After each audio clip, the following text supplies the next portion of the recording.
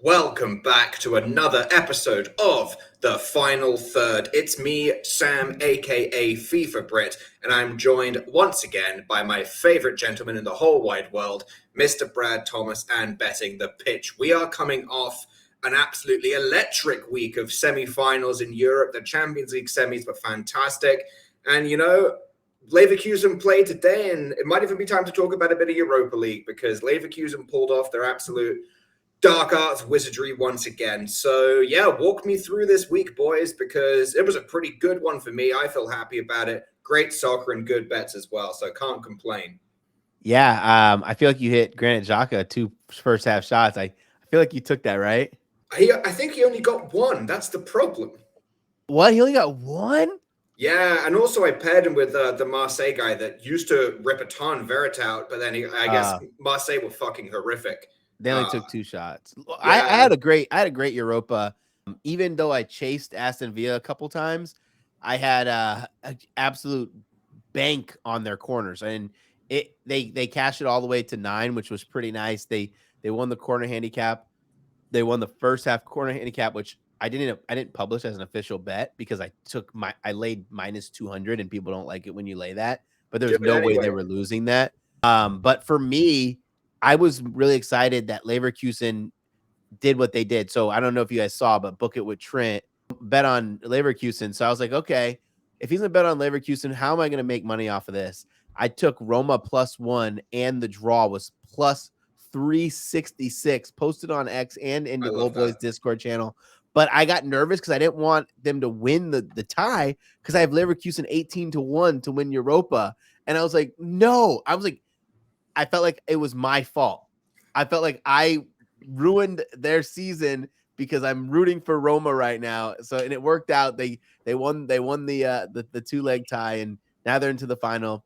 I didn't even I think I only put like $50 on it. So like I don't know if I'm gonna hedge, but I'm excited to have this. Like my favorite future. Oh, it was 15-1, but I mean it's still exciting. Yeah, it was. I mean, Leverkusen just don't lose. I mean, it's just wild. It's so fun to watch. I know we've been talking about it on X, but I really hope that them and Real Madrid meet because what a match that's going to be, or would be. But yeah, I mean, Champions League was good. Day one of Champions League kind of sucked because PSG didn't find the net at all again. After 30 shots, 4 XG, 4 posts, you name it. I mean, just absolute wildness. But the Real Madrid game definitely got some of that back for us. And then Europa was okay today. Needed a goal from Aston Villa, who was just... Was it going to be either Villa or Marseille? Yeah, it was Villa. Yeah, Villa, just absolute dog water today. So, yeah, it was been an okay day. I mean, I'm happy Real Madrid moved on, but yeah, I mean, excited for this weekend. Excited for Europa finals and Champions League final. Absolutely. Well, the best bets. I was to say the best bets. We for the first time we haven't actually swept something, which is kind of a bummer. But this week I pulled my weight, boys. This week I pulled my weight. So I didn't want to, not going to rub it in but you guys have been letting me know that I've got to pull my weight. So I had to. Although to be fair, the fact that we didn't hit the over in that PSG Dortmund again is ridiculous. How PSG didn't find the back of the net is just, it's crazy. I mean, we've got some pretty powerful forces going on here because Dortmund are riding some absolute insane wizardry. Madrid are just doing Madrid things. They do this every year. And then Leverkusen are just refusing to lose, which is ridiculous, So it's going to be really interesting. And then we had, I guess we got a push. Did you take, did you, Betting the Pitch, did you take, because I have over 3 for your best bet, but then I also saw you take both teams scoring over 2.5, which we got. Yeah, I gave out both teams scoring over 2.5 in the Discord. But gotcha. Yeah, and I gave that out on that was sick. So that hit. I got that. Yeah, but the 3 would have pushed, so no loss, no. So yeah, it was good. Not I mean, a it loss. was absolutely it was wild. Bro, I was just listen. I had Madrid team total over 1.5, and I'm in that capper contest, and I'm in a relegation battle because I like to party too much, and I always forget to post to submit my picks. I don't want to get relegated. and I had Madrid over 1.5 as my play. I was through the roof, bro, excited, yelling, Electric. screaming. I'm not even a Madrid fan. You had been going absolute nuts. Yeah, I mean, I don't want to get too into it. Obviously, I don't want to be biased. I don't want people to, think that I only talk Be about biased. Madrid or whatever. Do what No, I I do. don't. I don't want to be. Like, it's not the kind of person I am. But I'm very excited that they're playing in the final. I hate the controversy at the end of the match. Like, I absolutely hate it because it totally ruined an amazing game and took away from, a game that Madrid dominated, and just doing what they do again, coming back out of nowhere, super sub, comes on, scores 2 goals, just, Neuer fumbles the shot, gives up the rebound, and then just Madrid just find a way. And it's just insane every single time. And then obviously the controversy at the end with, the extended injury time and, the whistle blowing and Madrid players not, stopping the ball going to the net. It was just, I love that's what you said the controversy was. yeah, I mean, I don't know, not to, obviously we could talk a lot about this. It's hard. It sucks. Like, I feel for the Bayern fans. I have some friends that are Bayern fans. I feel for them, and what sucks is that everyone is like, Madrid's so lucky. Madrid gets all the calls. They came back and took the lead. And even if that goal stood, who knows what would have happened? I mean, Madrid could have won in extra time. Madrid could have won in penalties. You never know. But I think the whole fact that the whistle blew, the players kind of stopped. Lunin looked like he didn't even dive for the ball at all. And he was just like, he stopped. I think that just kind of takes away from what really would have happened if the play would have went on. Yeah, I agree. This is what I was saying. This is what I was saying to people. I was just like, everyone's acting like this goal got disallowed. No, it didn't. A goal was not disallowed. The play was stopped. The only reason people are getting up in arms about it. Yeah, like the only reason people got up in arms about it is because they decided to put the ball in the back of the net just for like shits and giggles, just because, why not? But the whistle had blown like 2 seconds beforehand. Yeah. And there's just like, should the whistle have blown? No, clearly not. Let the play out and see what happens. But it wasn't like a goal was scored and was then disallowed. There was no goal. Everything that happens after the whistle is blown is just like for fun. And someone said on Twitter, and I think this might be, there are a lot of egregious takes that I encounter, but this one might be the strangest one. Someone said that the rule was archaic of not being that they were complaining about the fact that VAR couldn't intervene simply because the ref had blown his whistle and stopped the play. And I'm just like, you realize if you get rid of that, then the ref will blow his whistle and nobody will ever stop playing ever.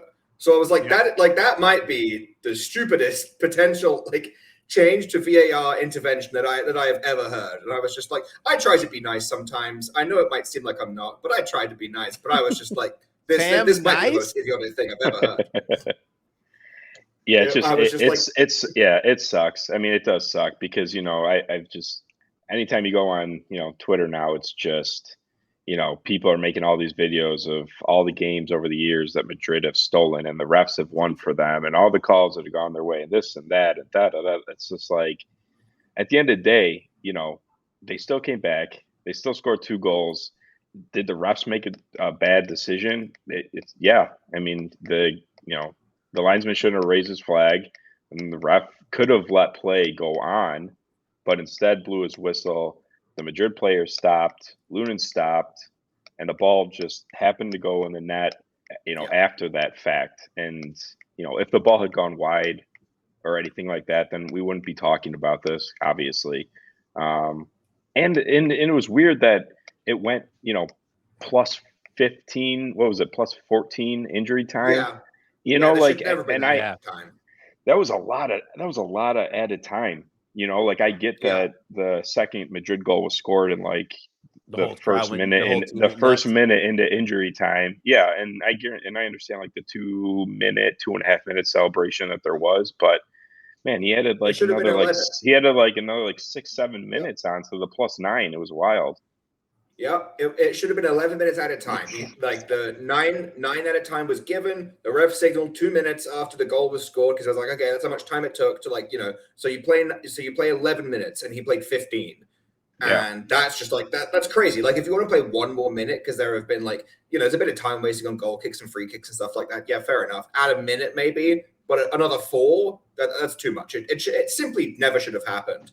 The fact that it even went that long is crazy. I was loving it though. I was like, all right, more time. Because we have to remember, like, once this is done, like once the final is done, we're like not gonna have high level football for like another 3 weeks. Okay, someone do the math, but we'll be a while till Euro and then Copa. Yeah, obviously like the Madrid fan of me was like, blow the whistle, let's go end this. But like the fan in me was like, I want more. Like I want extra time. I want penalty. Like I want to keep watching this game. I know it was an awesome game. It was an awesome game. And then so that brings us. So now we have our 3 European finals. So let's quickly go through and let me know who's winning each one. We'll start with the Champions League one. I imagine I can guess where this one's going. We have Dortmund against Real Madrid. Now, I think Madrid are probably going to win, but as someone who's sitting on the Dortmund future, God, I would just love it if Dortmund somehow found a way. I'm also trying to hedge this thing, but Madrid to lift the trophy is like minus 350. So it's like the most. That's why I wanted Bayern to win, because I was like, if Bayern go through, we're going to get like maybe a minus 160, minus 170. Even if PSG goes through. I mean, that wouldn't have helped me. Yeah, that wouldn't have helped you. You didn't take the PSG ticket, did you? No, I didn't. Because PSG were like 12-1, and I was like, I think they should, but I was like, I don't trust them that much. But I was like, Dortmund for 45-1. That's I might as well, especially considering I was already on them, like back in December. Like after they topped the group of death, I was like, I'll snag them now because I feel good about this. So it's I was proud of myself for getting that because I can at least flex that right up from December. But I would just like basically perfectly called this run. It's your participation trophy. Yeah, for sure. Yeah, because they're not going to win. That's the problem. They're going to lose to Madrid, and I'm going to be one game away. And it's going to be completely unhedgeable. I'm just hoping Madrid have another really slow start, and I can get like minus 160, minus 170, maybe at halftime. It's risky, but at this point, I don't think there's a reasonable hedge that's clean. So not until live. I think you have to wait till it's live. Yeah, I think it's going to have to be live. But what about you guys? My thoughts on this is, the one stat, we've all seen it. We talked about it. Anthony DeBunda, who we follow on X, posted it about Dortmund having, a 22.7 XG goals against, but only conceding 9 actual goals. I mean, that's just absurd. Madrid, that's that voodoo. Madrid don't miss many chances, and Madrid don't need many chances. So unless the Dortmund keeper continues to play the way he's playing, standing on his head, because he has played unbelievable. Not going to take anything away from that or him. But that stat is mind-boggling. And we saw what PSG did for the first 2 legs and the chances they missed and the opportunities and the posts and everything like that. I mean, Madrid, that doesn't happen with Madrid. I mean, you let them get those kind of chances and they're going to punish you. So I don't know. It's hard. Like, obviously I was looking at the lines yesterday or today, I can't remember. And it was like, the lines are so juiced for Madrid, which I hate, but I don't know. I don't know. I feel like it could be a 3-0, 3-1 Madrid game. But like I said, I think we talked about in the last podcast, these Champions League finals tend to be low scoring. Boring. Everyone's kind of starting slow, feeling each other out. No one wants to make the first mistake. So I don't know. We'll see. I mean, is Dortmund, are they supposed to be here? Is it, a fluke that they're here? I guess we'll find out. I don't believe in that shit. I don't believe in that shit. I was just saying, this is people were complaining. I mean, this is something that Carragher's been saying on like the CBS broadcast about how the best team doesn't always win the Champions League.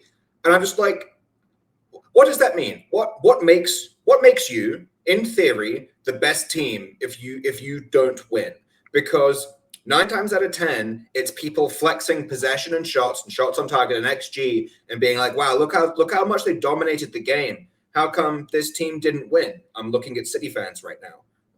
And it's just like, how did this team not win? And it's like, okay, have you considered maybe converting your chances? Just putting that out there. If you dominated this game, have you considered scoring a fucking goal? Because I don't understand how you can see a team like, for example, I'll throw this one out there, like Manchester City, who had 33 shots, 9 shots on target, and 3 XG in 120 minutes, and scored 1 goal on that, and be like, yeah, they dominated, they deserve to win. Like, really? You deserve to win if you score 1 goal on all of that? Like, no, you don't.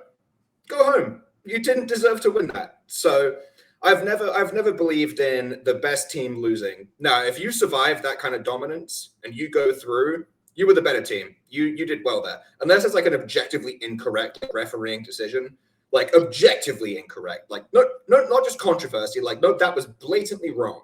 Like I'm talking like a Liverpool against Spurs VAR objectively fucked up and said the wrong thing. Unless something like that happens, the best team is the team that wins, in my opinion. Yeah, I mean, I can't argue that. I'm excited to see how the match goes, but we've looked at the numbers. We've talked about the numbers before. It's just crazy, and you talked about, if you don't convert your chances, then you're not going through. And that's exactly what happened with PSG. I mean, they had loads and loads and loads and loads and loads and loads of chances those 2 games, and they couldn't find one. Couldn't find one. Crazy. Well, that gives us a Europa League final of Atalanta against Leverkusen. Now, I'm backing Leverkusen here. I feel like most people are. The odds will probably suck, but I don't want to take anything away from Atalanta. They're kind of cooking right now. Not really domestically, but in Europa, they've been playing pretty well. Yeah, they have. Skamaka's been playing good. Coop Miners comes in, plays well. Yeah. Decatalero's playing all right.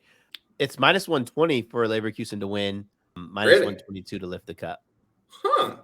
Interesting. Minus 222, excuse me. That's what I was going to say. I was like, that was like, surely there must be a bigger discrepancy between a money line and lifting the trophy. Okay. Yeah, I mean, it's hard not to go with this Leverkusen side. I mean, they, like we talked about at the beginning of this podcast, they just don't lose. But you can't take away anything from Atalanta because they are a very skilled club. They're playing very good football right now. But I just don't. I mean, it doesn't matter. It's just like it's the same thing I feel like with Madrid. Like if they concede a goal, I feel comfortable enough that they're going to get one back, and I feel the same with Leverkusen. Like they get scored on, like I just feel like they could go right down the pitch and just draw it level, no matter how much. No matter what time it is, how much time's left. It's crazy. They can just. Oh my god! I know it's wild. It's crazy. I was so annoyed because I had Leverkusen double chance at 12-1 in my bet slip, and I was waiting. I was like, I'm going to wait for Florian Wirtz to sub on because he's the game changer. When he comes on, I'm taking a double chance. He comes on, I go to bet it, and they immediately scored off the corner on a stupid own goal. And I was just like, now they're definitely coming back. But now I've just gone from having a 12-1 to a plus 250. And I was like, all right, well, I'm going to make it worth my while because I probably would have put like a 1/10 of a unit on that double chance now, but now I'm putting half a unit on it at plus 250. So I was like, I'm going to make it worthwhile because now that it's 2-1, they're definitely getting a second goal. And then I turned the game off because I had to go back to work. And then I just checked my phone later and I was just like, yep, they scored. Wow. Last minute, the last kick of the game. Yeah, okay. That sounds about right. I was just like, I was just like watching that game and I'm like, they're still going for it. They're still going for it. They're still going for it. That's all I'm saying. I'm like, oh my God. I did get hooked on their corners live though. And what's so annoying is I tried to take over 10.5, got spun instantly, and then they didn't get another corner for like freaking 15 minutes. That's gross. Brutal. I do love the fact that they were like winning. Like on aggregate, they were winning. Absolutely no need for them to attack whatsoever. This game is locked up. They have the advantage. You can just play possession. And they were just like, nah, fuck that. We are not taking a loss. This is a loss. This is not like it's a loss in our building. We're not taking that. We get it. We're going out and winning we're going to tie this game too, just so we win. Yeah. All right. They care about that streak. I mean, they know. I mean, obviously, and they're playing for it, and I love it. Well, now they're setting it. That's the thing. Like, I know they still have to complete their season, but they are now setting the European record that had been set by Benfica back in the 60s. So, yeah, it was 48 games now. They've currently set the record at 49. So they can see out their season and get that full season. And they're setting their own, and they're currently setting the record as well. Someone told me that the last time Xhaka lost a game was in an Arsenal shirt. That fucking pissed me off. I was like, why? Why bring us into that? Oh, that's great. It's funny. But so assuming Leverkusen win the Europa League and Madrid win the Champions League, then they would meet in the middle of August in the Super Cup between the two winners. Now, by that time, maybe Madrid have Mbappe, maybe they don't. But assuming these two giants come head to head and simply refuse to lose, who's winning that one? Because I feel like that's the game that everyone wants to see sooner rather than later. Gonna end 1-1. Probably. Fuck, I don't know. I really don't know. Like, I feel like it's so different. I feel like it would be, and I think it depends on the lineups. Like who's still going to be there, who's not. Man, if you were to like put the same lineup, the same Leverkusen lineup right now versus the Madrid lineup right now, I feel like you'd get like a 2-2, 3-3 game. Like it would just be wild. Yeah, it would be. It would be. I just feel like it's going to be hard to keep this Leverkusen team together. I know Wirtz said he's going to stay, but just think about how many pieces they're probably going to sell. Well, so their owner said that typically, he said, every year we typically sell like one major asset just to fund the guys that we bring in. So my guess is, I don't think Wirtz is going to leave this year. My guess is he's going to be next year. I think it's going to be like a 2025, and it'll probably be City or Madrid. Those like the top two teams. I mean, obviously they're going to get linked with every good young player under the sun just by existing. Yeah. But if he's leaving, they'll probably get like 80 or 90 million for him. It could potentially be a Boniface, even though he only signed a year ago. But if someone like PSG going to be in the market for a striker, Chelsea going to be in the market for a striker, and Osimhen could only go to one club, so if he gets snapped up by one of them, I'm thinking PSG. I have a feeling that PSG are just going to let Mbappe go and then just go at an absolute spending spree. So if he goes there, then maybe Chelsea try and bring someone in with the Todd Bowley money.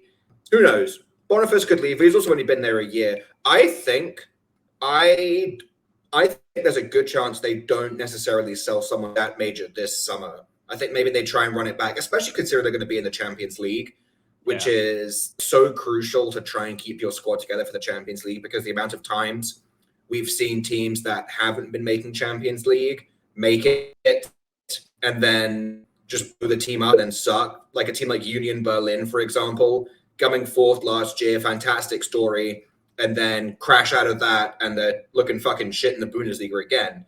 So I hope that doesn't happen to Stuttgart, because that's going to fly under the radar. But the fact that Stuttgart have now qualified for the Champions League is a great achievement.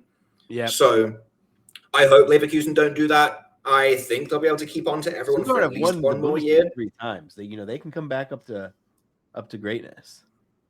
I think as long as Xavi is there, I think people are going to want to stay. Like, I agree. I agree. I don't. But if he leaves and goes and coaches manages somewhere else, I think that's when I think people are going to want to, Yep.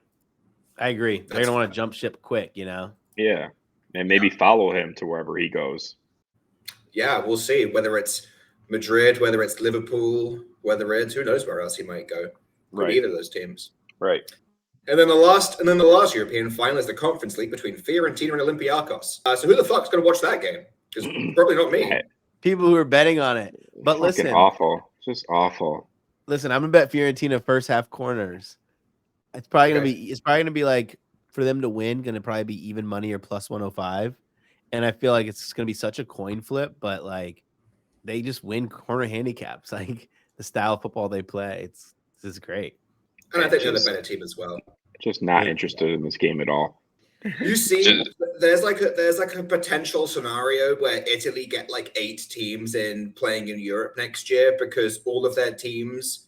It's now no longer possible because Roma got just knocked out. But I think going into the Roma game, if Roma had won the Europa League, they got into Champions League. But if it didn't come 5th, then it would have like bumped down. And then if Atalanta or either Atalanta or Roma had won it, then as long as they didn't finish in the top 5, they would have got 6 teams into Champions League because it would have been the top 5 plus whoever wins Europa League if they didn't come top 5. And then if Fiorentina win that and didn't come like top 6, then it would have been like the 7th team would have got in, and then plus Fiorentina who didn't. Yeah, so like they would have got 8 teams if they somehow managed that. So I guess if Atalanta win and don't get the top 5, then they have the top 5 make it plus Atalanta for winning Europa League, and then so what? That's 6, 7. They could get 7 teams into European competition, which would just be crazy. That really is crazy to think about. I know. Yeah, I know. But it's funny. New Atalanta play Roma for a top 5 battle, which is sick. Yeah, this weekend going to be an excellent match. Yeah. Oh, that should be a good one. I'm excited for that. Well, speaking of this weekend, that brings us to, we've got a lot of Premier League action going on. There are quite a few games that are actually very relevant to everything that's going on in the title race, European qualification, and the relegation battle. So we'll start with the easy one. Early morning kickoff on Saturday, Fulham against Man City. Let's play the fun game of, will Manchester City drop points? The answer is probably not. Yeah, this one I didn't want any part of except for the parlay. I took Manchester City -1 in a parlay with Arsenal money line for about -120. Fulham haven't beat City, and I don't think Fulham got a point off City in like since the 2010s, which is quite some time. So I just don't see that happening. Remember, these dudes were flying kites at practice. They already booked their tee times. Hey, that means they're dialed in. That means they're dialed in, Brad. Oh, that's what it is. Okay.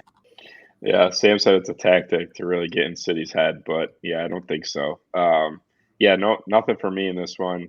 Probably just going to sleep in. Fair enough. Well, we have a relegation battle. I mean, Everton are probably safe, but we have Everton against Sheffield. I guess it's not really much of a battle because Everton are probably safe, and then Sheffield have gone down. Yeah, but I suppose it plays. I think Everton are mathematically safe. Are they? Or I think they're like almost mathematically safe. Maybe they are. They are. No, they are. They are. Oh, they are. All right. Well, good for them. Does anyone else care about this game? Because that game just no, hell no. I'm not putting a penny on this game. And you know, it's funny. I was going to take my good old Dwight McNeil 2+ shots like I do in pretty much every game when he plays against a crap team. It's literally minus like 280. You have to take over 2.5, and I'm like, yeah, no. Oh, I'll tell you what though, if anyone decides to be stupid and hang plus 300 on a Brereton Diaz goal, yeah, okay, I'll take that because he's cooking. He's at the stage of this. He's got 2 more games where he's basically shopping himself for the summer. Yep. So I'll take his shots because he'll shoot, and Everton can't really defend. And if they hang plus 300 or better on his goal, I'll take that as well. Well, Newcastle-Brighton, that one actually is fairly important. Brighton look terrible right now, but Newcastle playing at home just to try and secure a European spot. What have we got going on for this one? I went Newcastle to win in over 2.5 goals. They're just beasts at St. James Park. Isak in incredible form. I thought it was kind of funny. Isak minus money to score a goal. Who would have thought that would happen at the beginning of the year? But I actually liked when João Pedro moved from that forward position to the number 10 like he did last game. I thought it made Brighton a little bit more dangerous. Not that I think Brighton are going to win this game, but I do think they do. I do think they at least score a goal. Fair enough. I'm kind of leaning at Newcastle and over 1.5 at -135. I wish it was a little better number. I'm going to wait till kickoff or closer to kickoff, I should say, to see if that number goes down. But yeah, I lean Newcastle on this match at home with much more to play for. Brighton are struggling. I like that. Yeah, the difference between Newcastle playing at home versus playing away is just ridiculous. And Brighton looked okay last week, but I don't trust them to get a result at St. James's Park. I'm not even sure if they score, honestly.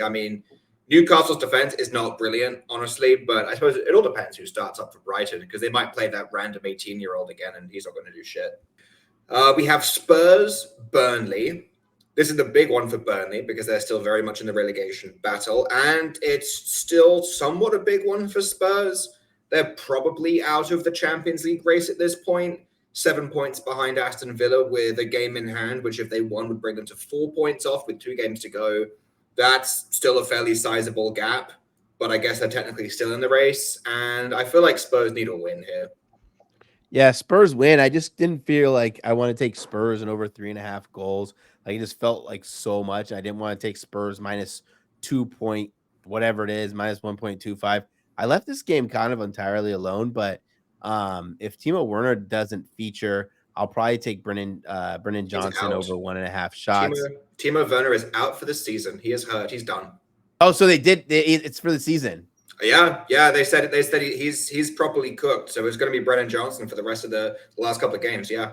Yeah. Okay. I was just looking at whoever does the injury report has that like 75%. So I always get worried about that. But unless he magically got better. I'll take Brennan Johnson over 1.5 shots. Like, who else is shooting the ball? Son can't get a good shooting lane. You know, they're gonna try to force feed Richarlison if he starts. Like, no, come on. This is what I find so hilarious, and how much Spurs have fallen off. Spurs at home playing against a side that is most likely going to get relegated. Both teams to score is minus 280. That's hilarious. Yeah, the lines in this game are absolutely insane. Just there's zero value anywhere if you're playing just a regular like straight bet on this match. Just nothing. I mean, like you said, both teams score minus 280, over 3.5 minus 160. Like, get out of here. Like, I'm nothing for me in this one. Maybe something live if this, if it goes into halftime, like 0-0 or something, maybe. But yeah, no, nothing for me. Fair enough. Well, that brings us on to West Ham against Luton. West Ham are basically, there's nothing left for West Ham to play for, but there's everything for Luton to play for. And these are two teams in terrible form right now. And West Ham, I thought they were back for a bit when Paqueta came back from injury, and now they just look awful.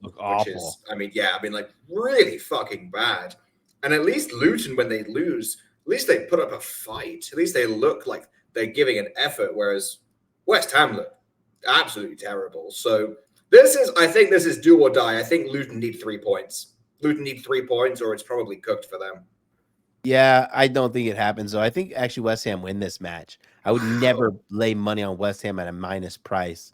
But, this is good old send-off for Mr. David Moyes. Thank you for your service. Thank you for helping us win silverware, But I couldn't bet Luton Town in this match. Wow. Yeah, and another game where the lines are just juiced. Both teams to score sitting around minus 230. Over 3, I think, is around minus 160. Just this is going to be another maybe catch something live, or depending on lineups, maybe a first half over 1.5 at plus money was something I was looking at. But yeah, these last 2 games, the books are definitely expecting both teams just to score and with so much to play for. So yeah, fair enough. I'm going to be taking basically anyone on Luton to take shots. It's going to be like a Ross Barkley shot on target. He'll be on free kicks. I was about to say Bam Adebayo, but that's the basketball player. That's it. Elijah Adebayo. I'm just so used to saying Bam anytime I hear the word Adebayo in my head. Same. I think I took his first half shot last game, and I typed in Bam at first, and I was like, shit, that's not correct. No, that's not his name. That's not his name. I was so pissed by that, by the way, because his single first half shot was minus 130, and I was like, that's really nice value, but if I play it with 2 shots, it gets it to plus 140, which is really nice. Considering he took that shot too, in the 20th minute. Yeah, on his goal, he scored, and it was a sick goal too. And then he didn't get a shot for the rest, and I was just like, fuck. I was like, I overthought that one. Sometimes it's just worth laying the juice if you know that he's getting that shot in the first half. That's a bummer. That's on me. But then we get Forest. Forest against Chelsea. Chelsea actually looking in pretty good form right now, but they are playing away from home. and not quite as convinced by them away from home than they are playing at home. Playing at Forest, who have the advantage over Luton and Burnley, playing at home, and a win would not mathematically save them, but would put them in a great position, because then they would be at least at minimum 3 points clear with like 10 goal difference. So that would essentially save them. Yeah, I think the smart play is Forest double chance. Chelsea haven't won an away match in like 2 months. They're conceding 2 goals per contest on the road. I did take a first half shot parlay already. I took Hudson Odoi 1+ first half shot parlay with Chris Wood. Odoi versus old team. I think he probably gets on the score sheet in this one. Holy shit. We literally just talked about that, and I completely forgot he used to play for Chelsea. Thank you for reminding me about that, because I'm definitely taking him. That's awesome. Yeah, they're leaning over 3 in this match at -130. I think Forest score at home. They have a ton to play for, obviously. And Chelsea's in very good form, but as we talked about, their away struggles. But I still think they can put up a crooked number in this one and find maybe 1 or 2 goals. So to me, this feels like maybe a 2-2 type match. So over 3 at -130, I think has okay value. Fair enough. Well, that brings us to a couple of absolute blockbusters to round off the weekend. Best game for the weekend is, in my opinion, I mean, obviously, but I think objectively people would agree with me. Best game of the weekend is Man U against Arsenal. Can we just appreciate how ridiculous it is that Man U are +600 to win a game at Old Trafford? Like, that's crazy. I mean, the fact that Palace were favored to beat Man U like earlier this week is, I mean, that's crazy. And then now the fact that it's +600, and I know that Arsenal on paper are significantly better than United, but our record at Old Trafford is fucking awful. It's always a difficult place to play. Yeah, the fans like one in like your last whatever. For us. Yeah, 1 win at Old Trafford in our last 16 trips there. That's like really, that's yeah. And I know that there's that, that dates back obviously like probably 15, 16 years, unless there are some cup games in there. So it's dating back a long time. And historically, Man U have been a very good squad, and Arsenal have had their struggles, as of just a few years ago. But even though we're so much better than them right now, and I said this before the Spurs game, and to be fair, the Spurs game ended up being more difficult than it should have been. This feels like a 2-2. This feels like one of those games where we have so many shots, the same way we did against Bournemouth, and I'm just worried we make a stupid mistake and gift them a route back into the game. That's my Arsenal concern going on. In theory, we should beat them. Yeah, I just don't see where United are finding 2 goals in this one. Yeah, I applaud you, Sam, for being humbled, but I do not see where United are finding 2 goals versus Arsenal team that is in very good form, healthy, and United are just in shambles. Like, I don't care where this game's played.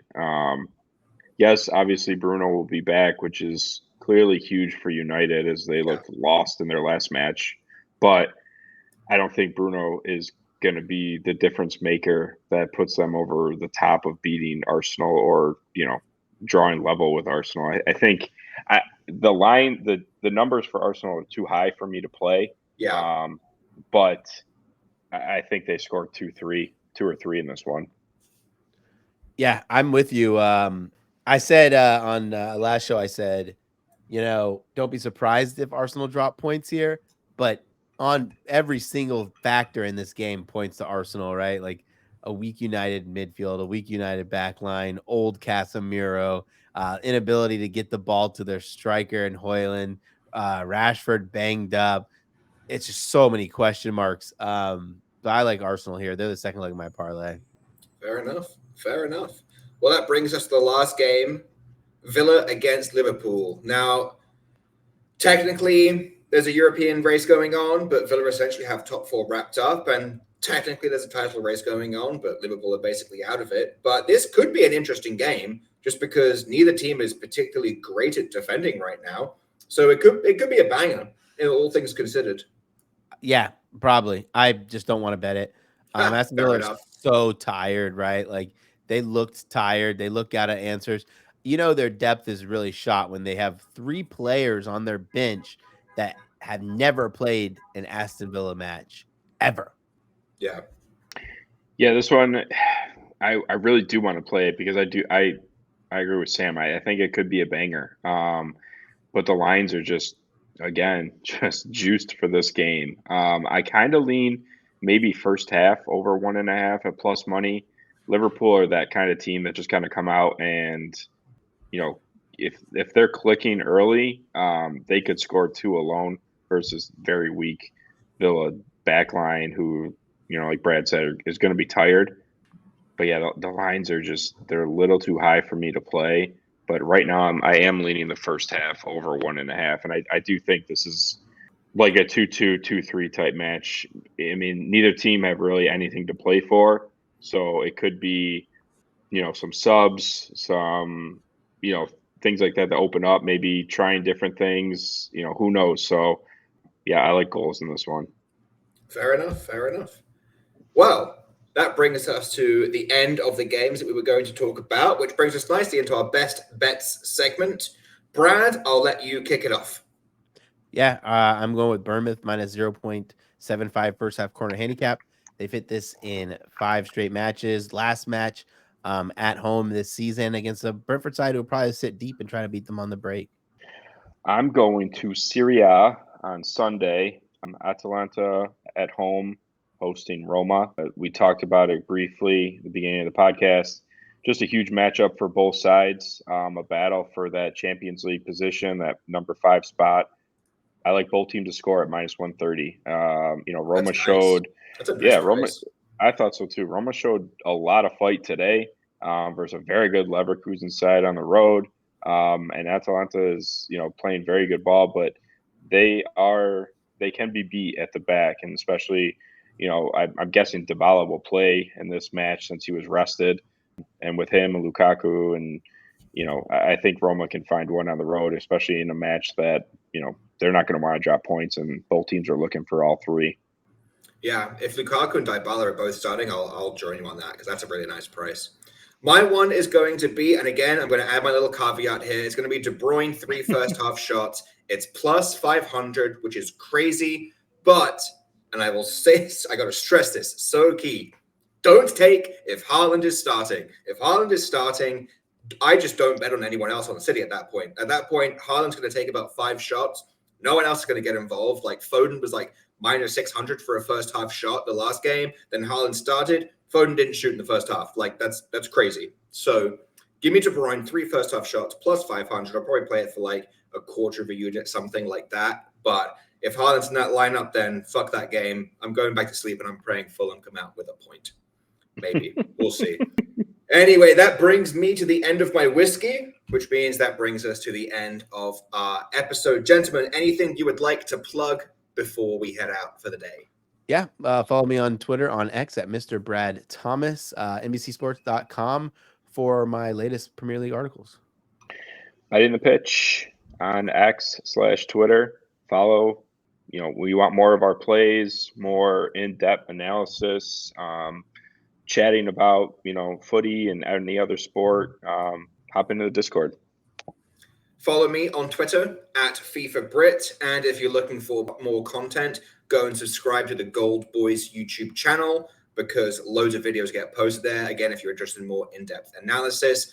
And while you're at it, sign up for Gold Boys, goldboys.com. Great time to sign up. And while you're feeling generous, drop a nice little review. Give us 5 stars on our podcast and follow it if you're not following it already, because you're going to want to stay tuned for when these episodes come out, and they're coming out regularly.